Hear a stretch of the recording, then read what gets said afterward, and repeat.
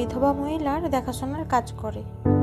তিনি একাই থাকেন, কিন্তু রোজ তিনি কারোর সঙ্গে কথা বলেন, অবশ্যই সেটা ফোনে নয়। একদিন তার ঘরে উঁকি মেরে মিতা দেখে বৃদ্ধার মৃত স্বামী চেয়ারে বসে আছে, আর তিনি তার সাথে কথা বলছেন। দরিদ্র পরিবারের মেয়ে মিতা, খুব অল্প বয়সেই তার বিয়ে হয়ে যায়। বিয়ের 1 বছর পর তার একটি ছেলে হয়। ছেলের বয়স যখন মাত্র 2 বছর, তার স্বামী হঠাৎ করে মারা যায়। এরপর মিতাকে আর শ্বশুরবাড়ির লোকজন রাখতে চায়নি, বাপের বাড়ি পাঠিয়ে দেয়। সেখানে দাদা বৌদির লাঞ্ছনা গঞ্জনা শুনেই তার দিন কাটছিল। বাবা ছিল না, একমাত্র ভরসা ছিল তার মা। কিন্তু তার মা মারা যাওয়ার পর তার দাদা বৌদি তাকে বাড়ি থেকে বের করে দেয়। ছোট্ট সন্তানকে নিয়ে সে রাস্তায় রাস্তায় ঘুরে বেড়ায়। এমন সময় একদিন সে সুমিত্রা দেবীর নজরে পড়ে। তার কাছে সব কথা শুনে সুমিত্রা দেবী তাকে নিজের বাড়িতে নিয়ে আসে। মিতার মা অনেক বছর ধরে ওনার বাড়িতেই কাজ করতেন, তাই তিনি মিতাকে খুব ভালো করে চেনেন। মিতা তাকে চেনে। তার স্বামী মারা গেছে বেশ কয়েক বছর হলো। 2 ছেলে আছে, তারাও বিদেশে থাকে। বিশাল বড় এক বাড়ি, টাকা পয়সা কোনো কিছুর অভাব নেই, তবু তাকে একাই থাকতে হয়। সেই বাড়িতেই একটি ঘরে ছেলেকে নিয়ে মিতা থাকতে শুরু করে। ওই বৃদ্ধার জন্য রান্না করা এবং তার দেখাশোনার কাজ করতে থাকে। সেখানে আরো 3 জন লোক আছে, যারা বহু বছর ধরে বাড়ির অন্যান্য কাজ করে। সন্ধ্যার পরে যে যার বাড়ি চলে যায়, তবে মিতা ছেলেকে নিয়ে ওই বাড়িতেই থাকে। প্রায় 5 মাস যাবৎ সেখানে কাজ করছে সে। বৃদ্ধার সঙ্গে খুব ভালো সম্পর্ক তৈরি হয়ে যায়। সব ঘরেই যাতায়াত সে করে, শুধুমাত্র ঠাকুর ঘরে তাকে যেতে নিষেধ করে। মিতা লক্ষ্য করত প্রায় সময় বৃদ্ধা ঠাকুর ঘরে গিয়ে কারোর সঙ্গে কথা বলে, তবে সেটা ফোনে নয়। মিতা ভাবত হয়তো ভগবানের কাছে নিজের মনের সব কথা উনি বলেন। কিন্তু একদিন সে লক্ষ্য করলো তিনি ওই ঘরে ভীষণ কান্নাকাটি করছেন। সে ভাবলো উনার হয়তো কিছু হয়ে গেছে, তাই দেখার জন্য জানালা দিয়ে উঁকি দিতেই সে চমকে যায়। সুমিত্রা দেবীর স্বামীকে মিতা ভালো করেই চিনত। তিনি অনেক বছর আগেই মারা গেছেন। কিন্তু সে দেখে ওই ঘরের চেয়ারে উনি বসে আছেন, আর সুমিত্রা দেবী তার পায়ের কাছে বসে কান্নাকাটি করছে। ভয়ে মিতার হাত পা কাঁপতে থাকে। সে ওখান থেকে একটা ফুলদানিও পড়ে যায়। আওয়াজ শুনে সুমিত্রা দেবী দরজা খুলে তাকে দেখতে পায়। এর কিছুক্ষণ পর তিনি মিতাকে ডেকে পাঠান নিজের ঘরে। মিতা ভয়ে ভয়ে তার ঘরে ঢুকল। তিনি বললেন, বস, তোর সাথে কিছু কথা আছে। অনেক মাস হলো এখানে থাকছিস। তুই এমন একজন যাকে আমি ভরসা করতে পারি, সব বলতে পারি। তাই আজকে আমি আমার জীবনের কিছু কথা তোকে বলবো। তিনি বলতে শুরু করলেন, জানিস তো, সবে মাধ্যমিক পাস করেছি তখন আমার বিয়ে দিয়ে দেওয়া হয়। শ্বশুরের অনেক বড় ব্যবসা ছিল। স্বামী আমার থেকে বয়সে অনেকটাই বড়, কিন্তু ভালো চাকরি করত। তাই এত ভালো সম্বন্ধ আমার বাড়ির লোক হাতছাড়া করতে চায়নি। আমার মনে মনে ভীষণ রাগ হয়েছিল, কারণ পড়াশোনাটা বন্ধ হয়ে গেল। কিন্তু এখানের চেহারাটা ছিল একদম আলাদা। আমাকে আবার স্কুলে ভর্তি করা হলো। আমার শাশুড়ি আমাকে ঘরের কোনো কাজই করতে দিতেন না। আমি যখন রাত জেগে পড়তাম, উনি আমার পাশে বসে থাকতেন। শ্বশুরমশাইও বই, খাতা, পেন যা যা লাগবে বলার আগেই এনে দিতেন, আমাকে পড়তে দিয়ে আসতেন। স্বামীও ছিলেন ভীষণ ভালো। আমার ভালো লাগা খারাপ লাগা সমস্ত কিছুর খেয়াল রাখতেন। আমার সব মান অভিমান কেটে গেল। এরপর আমার বড় ছেলে জন্মায়। তখন আমার পড়াশোনা শেষ হয়নি। কিন্তু আমার শাশুড়ি কিছুই বুঝতে দেয়নি, ওর খেয়াল উনিই রাখতেন। তারপর বাড়ির উৎসাহে আমি পরীক্ষা দিই, ভালো চাকরিও পেয়ে যাই। কয়েক বছর পরে ছোট ছেলে জন্মায়। এভাবেই সময় কাটছিল। চাকরি পাওয়ার পরেও বাড়ির লোকের ব্যবহার আমার প্রতি বদলায়নি। আমার স্বামী প্রতিদিন অফিসে গিয়ে ফোন করে আমার খোঁজ নিতেন। বাড়ি এসেও একসঙ্গে আমরা সময় কাটাতাম। এরপর হঠাৎ একদিন আমার শাশুড়ি মারা যায়। তারপর শ্বশুরমশাইও চলে যায়। তখন আমি চাকরি ছেড়ে দিই, 2 ছেলেকে ভালোভাবে দেখাশোনার জন্য। আমার 2 ছেলে পড়াশোনায় ভীষণই ভালো ছিল, ক্লাসে টপ করতো। ওরাও বড় হতে লাগলো। পড়াশোনা শেষে বড় ছেলে চাকরি খুঁজছিল, এমন সময় বিদেশ থেকে ওর ডাক আসে। চাকরি সূত্রে ও বাইরে চলে যায়। আমি তো ভাবতেই পারিনি আমার ছেলে আমেরিকায় চাকরি করবে। মুখটা যেন আমার উজ্জ্বল হয়ে গেল। আত্মীয় স্বজন, আশেপাশের লোকজন বলল, তোমার 2 ছেলে জুয়েল, তুমি তো রত্ন গর্ভা, বড় ছেলের তো তুলনাই হয় না। বড় ছেলে ওখান থেকে ফোন করত, আমাদের খোঁজ নিত, মাঝে মাঝে আসতো।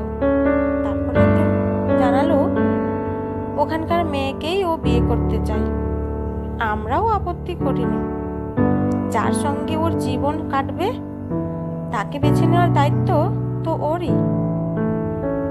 এরপর ছোট ছেলে পড়াশোনা শেষে চাকরি খুঁজতে থাকে। হঠাৎ করে ওর ডাক আসলো বিদেশ থেকে। তখন আমি আর ওর বাবা না করলাম, বললাম যাস না, আমরা একা হয়ে যাব। আশ্চর্যজনক ভাবে ছেলেটা মুখের উপর বলে দিল, দাদার বেলায় তো আটকালে না, সব বিধিনিষেধ কি শুধু আমার জন্যই? অনেক বোঝালাম ওকে, শুনলো না, চলে গেল। একটা মেয়ে ছিল, নেহা। ছোটবেলা থেকেই দুজন দুজনকে পছন্দ করত। 2 বাড়ির মধ্যে যাতায়াত ছিল। ও চলে যাওয়ার পরেও মেয়েটা আমাদের বাড়িতে আসতো, আমাদের খোঁজ খবর নিত। আমরাও মাঝে মাঝে যেতাম। হঠাৎ করে দেখলাম মেয়েটা কেমন যেন বদলে যাচ্ছে। চুপচাপ থাকে বেশি, আসতে চায় না, ফোনও খুব কম করে। এর মধ্যে একদিন ছোট ছেলে ফোন করে জানালো সে নাকি বিয়ে করছে ওখানকারই এক মেয়েকে। আমরা আপত্তি করলাম। আবার সেই একই কথা, কই দাদাকে তো আটকালে না? আমরা বললাম, নেহা তোর জন্য অপেক্ষা করে আছে। সে বলল, নেহাকে যা বলার আমি বলে দিয়েছি। আমার স্বামী বললেন, এই বিয়েতে আমার মত নেই। আমার ছেলে বলল, তোমাদের পারমিশন নেয়ার জন্য ফোন করিনি, আমার মতামতটা তোমাদের জানালাম। ব্যাস, ফোন রেখে দিল। তার বিয়ে হয়ে গেল, আসা যাওয়াও বন্ধ করে দিল। ব্যাপারটা আমার স্বামীর খুব মনে লেগেছিল। সব সময় গুমড়ে গুমড়ে থাকতেন, ঠাকুর করে বসেই সময় কাটাতেন। একদিনকে আমি স্নান করে এসে ঠাকুর ঘরে ঢুকে দেখি উনি ঠাকুরের সামনে উপুড় হয়ে পড়ে আছেন। আমি অনেক ডাকলাম, সাড়া দিল না। বুঝলাম জ্ঞান হারিয়েছে। সাথে সাথে অ্যাম্বুলেন্সকে ফোন করি। অ্যাম্বুলেন্স আসতে একটু সময় লাগলো। বাড়িতে গাড়ি ছিল, কিন্তু ড্রাইভার তখন তার নিজের বাড়িতে ছিল। অ্যাম্বুলেন্স আসলে তাকে নার্সিংহোমে নিয়ে যাওয়া হলো। সেদিনই তার মৃত্যু ঘটে, স্ট্রোক হয়েছিল। তখন মনে মনে ভাবলাম, ছেলে দুটো যদি এখানে থাকতো হয়তো তাকে বাঁচানো যেত। 2 ছেলেকে খবরটা দিলাম। বড় ছেলে প্রথমে আসতে চাইছিল না, কাজের অজুহাত দেখাচ্ছিল। আমি বললাম, সে যতক্ষণ না আসবে আমি দেহ সৎকার করব না। মিতা মনে মনে ভাবলো, তাহলে কি সেই মৃতদেহটাকেই সে ঠাকুর ঘরে দেখলো? কিন্তু এত বছর ধরে একটা মৃতদেহকে কি এইভাবে রেখে দেওয়া সম্ভব? সুমিত্রা দেবী বলে চললেন, আমার জেদের জন্য সে আসতে বাধ্য হলো। সাধ্য শান্তি মিটে গেলে নিয়ম ভঙ্গের দিনই সে চলে গেল। কিন্তু ছোট ছেলে আসলো না। উনি চলে গেছেন 5 বছর হয়ে গেল। এই 5 বছরে বড় ছেলে এসেছে 3বার। ওই দেশে আমার নাতি নাতনি আছে, তাদেরকে ছবিতেই যা দেখেছি। বড় ছেলের সাথে মাঝে মাঝে ফোনে কথা হয়, ওই হয়তো মাসে 1বার কি 2বার, কখনো কখনো তাও হয় না। সে বলেছে আমাকে ফোন করতে না, কাজে ব্যস্ত থাকে, সমস্যা হয়। সময় পেলে সেই ফোন করবে। আর ছোট ছেলে এই 5 বছরে সে 1বারই এসেছে, তাও এই দেশে ওর একটা কাজ পড়ে গেছিল সেই কারণে। না হলে আসতো কিনা জানি না। 2 দিন আমার কাছে ছিল, ফোনও করে না। তার যেটুকু খবর পাই বড় ছেলের কাছেই পাই। শুনেছি তারও একটা ছেলে আছে, দেখিনি কোনোদিন। 1বার বড় ছেলে ছবি পাঠিয়েছিল, ওইটুকুই দেখেছি। এই এত বড় বাড়িতে আমি একা, একাকিত্ব আমাকে কুরে কুরে খায়। কথা বলার মানুষ নেই, আছে কতগুলো আসবাবপত্র, আর এই তোরা। কিন্তু তারই মাঝে বড় একা আমি। এই জীবনযাত্রাটা শেষ হলেই আমি নিস্তার পাই। এবার মিতা আমতা আমতা করে বলে উঠল, কিন্তু ওইটা? হ্যাঁ জানি। কিসের কথা বলছিস? চল, তোকে দেখাচ্ছি। আমি ছাড়া কেউ জানে না, শুধু তুই জানবি। এরপর তাকে ঠাকুর ঘরে নিয়ে গেল, যেখানে চেয়ারে বসে আছে ওই বৃদ্ধার স্বামী। কাছে গিয়ে সুমিত্রা দেবী তার হাতটা ধরে তার পায়ের কাছে সুমিত্রা দেবী বসলো আর বলল, কি ভাবছিস? উনি মরে গিয়েও এখানে কি করে আসলো, তাই তো? ভালো করে দেখ, এটা মানুষ নয়, এটা একটা মূর্তি, সিলিকনের মূর্তি। আমি লোক দিয়ে বানিয়েছি, হুবহু তার মতো দেখতে। এই ঠাকুর ঘরেই তার মৃত্যু হয়েছিল, তাই এখানে ওনাকে রেখেছি।